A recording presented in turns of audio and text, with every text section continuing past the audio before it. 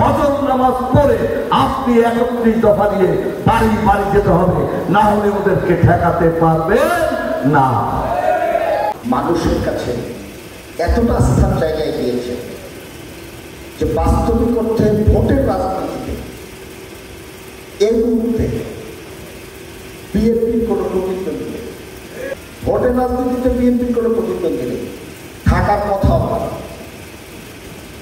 কারণ যারা বিএনপির সাথে প্রতিদ্বন্দ্বিতা করছে তারা তো আমাদের ছায়াতলে থেকেই এতদিন রাজনীতি, মানুষ জানে না, জানে এত তাড়াতাড়ি তো ভুলে যায় না।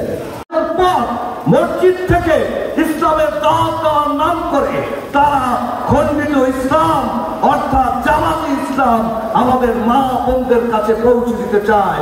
এটি আপনাদের প্রতিহত করতে হবে এবং সকল মুসলমানের তার নিজ মসজিদে ফজর নামাজ পড়ে আপনি 31 দফা দিয়ে বাড়ি বাড়ি যেতে হবে, না হলে ওদেরকে ঠেকাতে পারবেন না।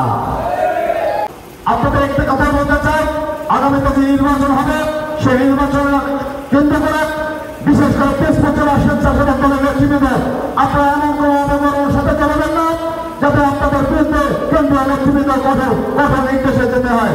আসলে আমাদের কাঙ্ক্ষিত অর্জন এখনো পূরণ হয়নি। আমাদের বিগত যে 17 বছরের আন্দোলন সংগ্রাম, সেই আন্দোলন সংগ্রামটা ছিল সাধারণ জনগণের ভোট অধিকার ফিরিয়ে দেওয়া, সাধারণ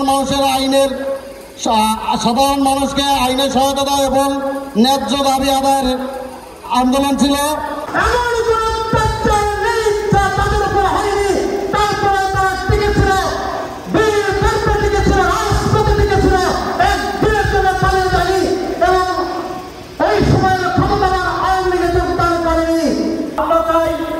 আমাদের পিরোজপুর জেলার একটি সুসংগঠিত স্বেচ্ছাসেবক দল আজকে আপনারা সাধারণ সম্পাদকে আপনারা দেখে দেবেন যে পিরোজপুরে একটি সংগঠন সুশৃঙ্খল।